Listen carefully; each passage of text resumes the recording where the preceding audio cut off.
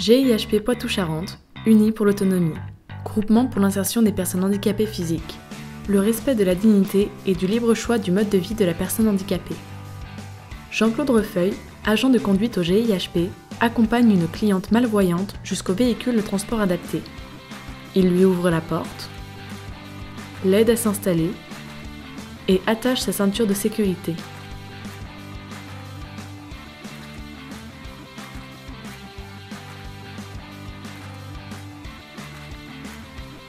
La cliente le remercie en langage des signes.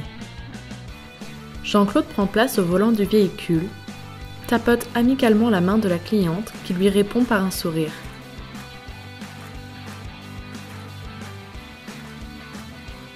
Le véhicule démarre, le trajet dans les rues de Poitiers commence.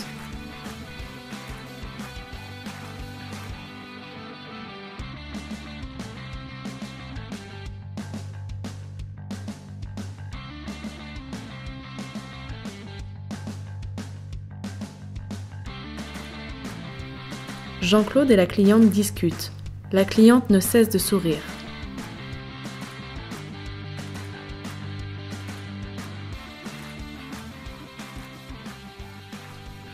Arrivée devant l'immeuble de la cliente, elle fait ses au revoir.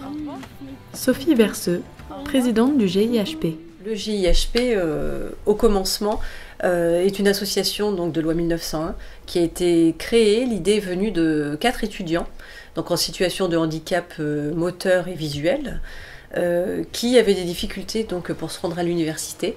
Donc il leur est apparu évident qu'il fallait trouver une solution et que le transport du coup pour les personnes en situation de handicap serait une formidable idée pour faciliter la vie de chacun et notamment la leur.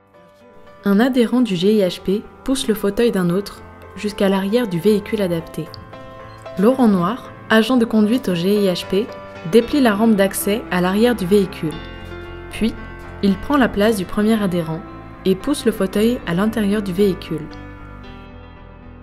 Et donc très rapidement, il est apparu que ceci concernait bien plus de personnes que les étudiants, que l'ensemble de la population avait besoin de transport, que comme tout un chacun, comme pour les transports en commun, les personnes handicapées ont le droit d'aller se promener, d'aller au cinéma, de faire différentes choses, d'aller travailler, de se faire plaisir et puis de pouvoir circuler, pas que pour aller à l'école.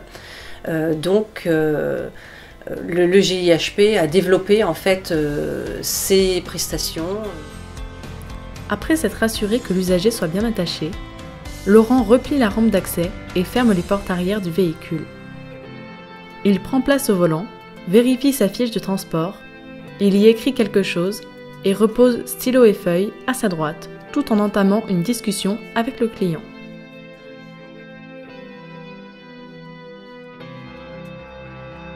Le véhicule prend la route. Les rues défilent. Laurent regarde dans son rétroviseur pour discuter avec le client. Celui-ci sourit.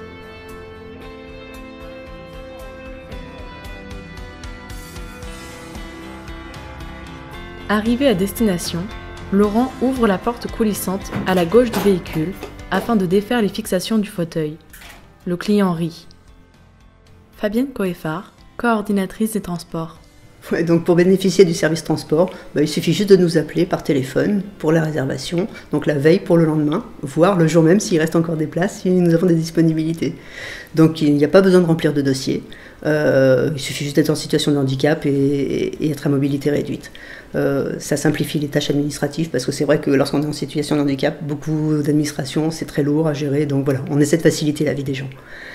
Donc pour les transports, tous nos agents de conduite sont formés au handicap, donc qualité assurée par une bonne prise en charge. Donc l'idée c'est que la personne se sente en confiance, rassurée, donc on essaie d'établir une relation. Donc déjà la réservation c'est de connaître le handicap, son fauteuil, la taille, sa mobilité, pour pouvoir lui apporter le meilleur service possible. Ensuite, quand il est mis en sécurité dans le véhicule, avec les fixations, là je parle pour les personnes en situation en fauteuil, il y a un dialogue qui s'installe pour que le voyage soit le plus agréable possible jusqu'à sa destination. Jean-Claude Refeuille fait désormais monter un utilisateur en déambulateur dans le véhicule adapté. Il laisse le déambulateur à terre et aide le client à monter dans le véhicule en le soutenant par le bras gauche. Notre association fut très rapidement reconnue comme l'un des principaux spécialistes en termes de transport adapté, et notamment au niveau de la qualité des accompagnements et des prestations proposées. Jean-Claude attache la ceinture du client. Celui-ci affiche un large sourire.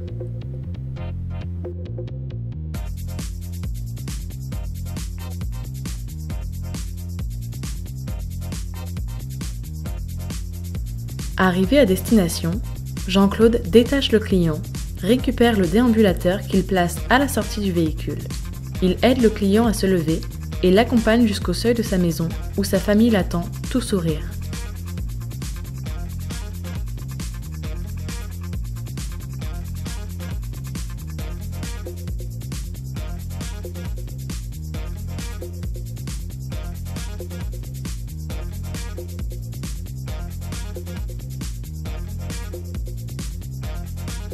Jean-Claude discute avec la famille avant de repartir déposer la cliente suivante. Il réitère l'opération arrivée à l'adresse de la cliente. Il l'accompagne jusqu'à l'entrée où la famille attend dans la maison.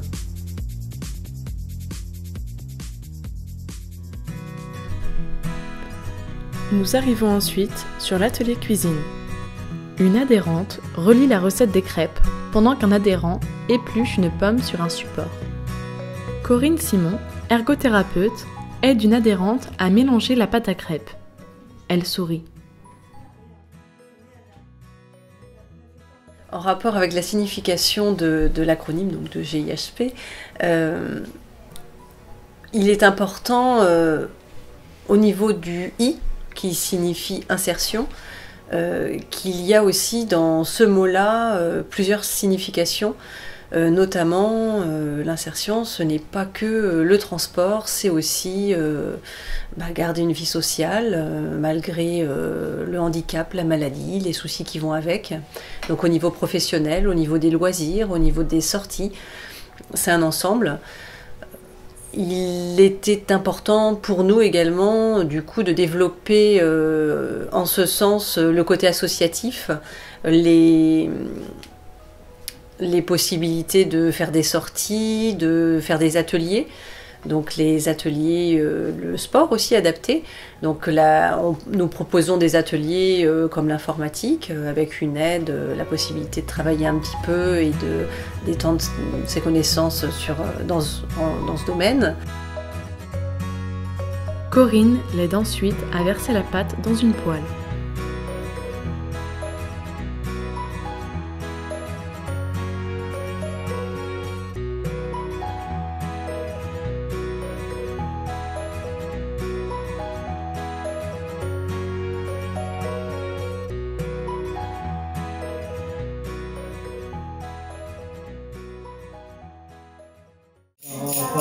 Je pars, je vous aime et je pars,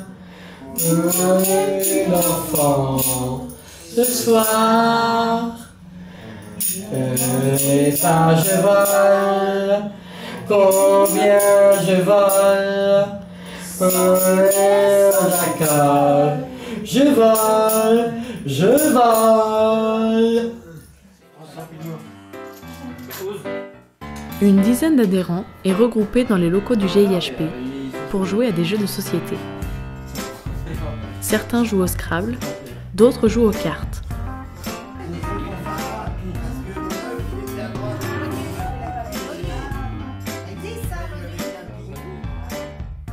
On a également la possibilité de se retrouver pour faire des jeux de société, pour jouer aux cartes ou sortir, aller se promener. Donc une semaine sur deux, c'est une sortie nature ou c'est une sortie au bord de la mer ou sur une visite. Régulièrement, on a, donc une fois par mois, les bénévoles se retrouvent pour pouvoir justement organiser ces sorties, mettre en place de nouvelles activités. On a aussi la possibilité de faire du sport adapté, donc encadré par Fabienne. Une dizaine de bénévoles jouent au tennis de table dans un gymnase. L'activité tennis de table, c'est une activité qui est sympa parce qu'elle regroupe 10 adhérents tous les lundis. Ils se retrouvent afin de pratiquer une activité physique, mais surtout se rencontrer parce qu'ils savent tous qu'ils ne seront jamais champions du monde, c'est pas le but du jeu. Donc l'idée, c'est se mouvoir, utiliser son corps pour une vie saine, tout simplement, comme tout à chacun.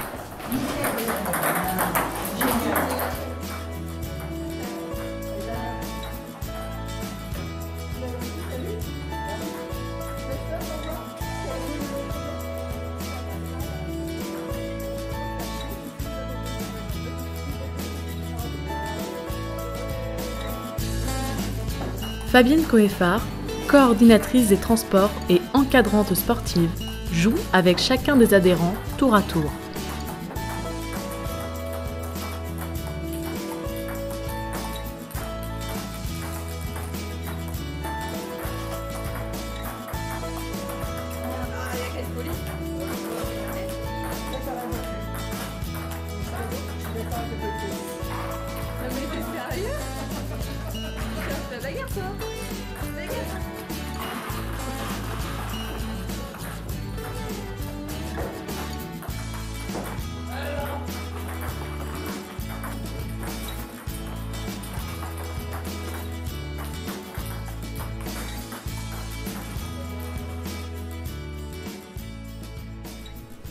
Le GIHP intervient dans les entreprises, dans les écoles, que ce soit du primaire ou jusqu'au lycée, ou sur les manifestations grand public, afin de sensibiliser les populations dites valides sur le mieux vivre ensemble avec les personnes en situation de handicap.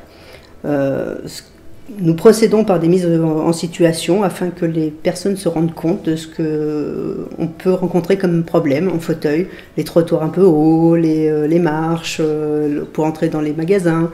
Donc, ces mises en situation permettent de faire évoluer le regard, de changer le regard sur les conditions de vie des personnes en situation de handicap.